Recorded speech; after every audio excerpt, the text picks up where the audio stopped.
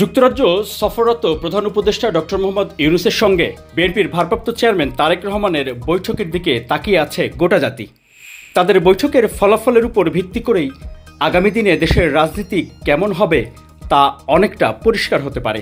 আর এজন্য রাজনৈতিক দলগুলোর মধ্যে কোনোটির জন্য আশা, কারোর জন্য নিরাশা, এমনকি হতাশাও নেমে আসার আশঙ্কা রয়েছে কোনো কোনো রাজনৈতিক পক্ষের জন্য।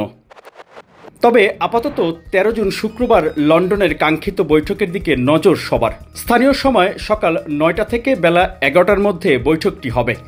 বৈঠকটির মধ্য দিয়ে নতুন ডাইমেনশন তৈরি হতে পারে বলে মন্তব্য করেন বিএনপির মহাসচিব মির্জা ফখরুল ইসলাম আলমগীর।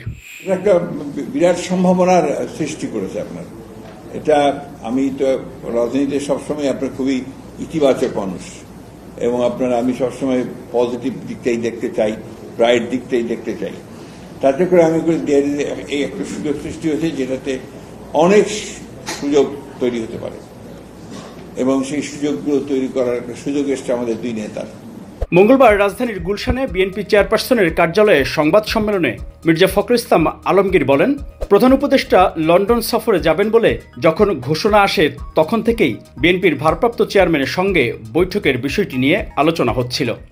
না, এটা তো আমরা বেশ কয়েকদিন আগে থেকে যখন থেকে প্রধান উপদেষ্টা লন্ডনে যাবেন সিদ্ধান্ত হয়েছে তখন থেকেই আলোচনা হচ্ছিল যে সেখানে যেহেতু আমাদের দলের ভারপ্রাপ্ত চেয়ারম্যান মহোদয় আছেন সেখানে একটা সাক্ষাৎকার হতে পারে। গতকালই আমাদের একটা স্ট্যান্ডিং কমিটি মিটিংও হয়েছে। এটা আপনাদের জানানো দরকার যে চেয়ারম্যান সাহেব নিজে অসুস্থ থাকার পরে উনি নিজে মিটিং করেছেন। ওনাকে ফর্মালি দাওয়াত করা হয়েছে মিটিং এর জন্য। এটা আপনার ১৩ তারিখে ৯টা থেকে ১১টা পর্যন্ত লন্ডন টাইমে এই সময়টা দেওয়া হয়েছে আর কি। ডক্টর ইউনূস ও তারেক রহমানের বৈঠকটি এ সময়ের বড় পলিটিক্যাল ইভেন্ট হিসেবে অভিহিত করেন মির্জা ফখরুল ইসলাম আলমগীর। তিনি বলেন, অনেক সুযোগ তৈরি হতে পারে এই বৈঠকে, অনেক সমস্যার সমাধানও হতে পারে। আমাদের বর্তমান যে অন্তর্বর্তীকালীন সরকার আছে তারা একটা বিশেষ মুহূর্তে এসে আপনার এই দায়িত্ব নিয়েছেন। This is a proper time and proper venue, proper place, যেটাতে একটা নতুন একটা দিগন্তের উন্মোচন হতে পারে। নির্বাচনটা খুব বেশি প্রয়োজন বলে মন্তব্য করেন মির্জা ফখরুল ইসলাম আলমগীর। তিনি বলেন, অনেকে বলেন বিএনপি সংস্কার চায় না, এটা প্রোপাগান্ডা। বিএনপির বিরুদ্ধে মিথ্যা প্রচার প্রচারণা করা হচ্ছে। বিএনপি সংস্কারের জন্য গণ অভ্যুত্থানের আগেই ৩১ দফা দিয়ে রেখেছে। The time is not good for election. আপনার রোজার মাস, রোজা শেষ হবে, ঈদ শেষ হবে, তার কয়েকদিন পরে নির্বাচন।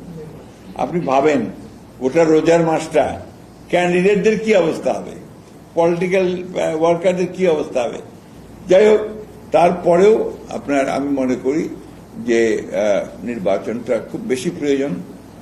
এটা হচ্ছে আবার অনেকে আমাকে ভুল বুঝবেন যে সংস্কার চাই না, নির্বাচন চাই, এই যে একটা আমাদের বিরুদ্ধে প্রোপাগান্ডা প্রচার, এটা কোনো যুক্তি নাই।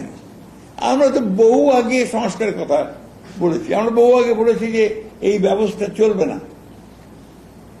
এবং সেই ব্যবস্থাটাকে আমরা ভিশন 2030 ম্যাডামকে দিয়েছি এই রুমে বসে। আমার এখনো মনে আছে, after long debate for few days, 7 দিন 8 দিন ধরে বিভিন্ন বিষয়ে ডিবেট করে বিভিন্ন পেশার লোকজনদের সাথে কথা বলে কিন্তু আমরা দিয়েছিলাম আপনার ভিশন 2030।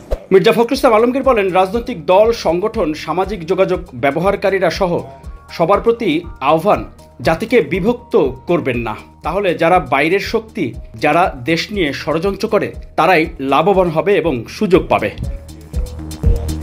ডেস্ক রিপোর্ট, প্রবাস বার্তা ডিজিটাল।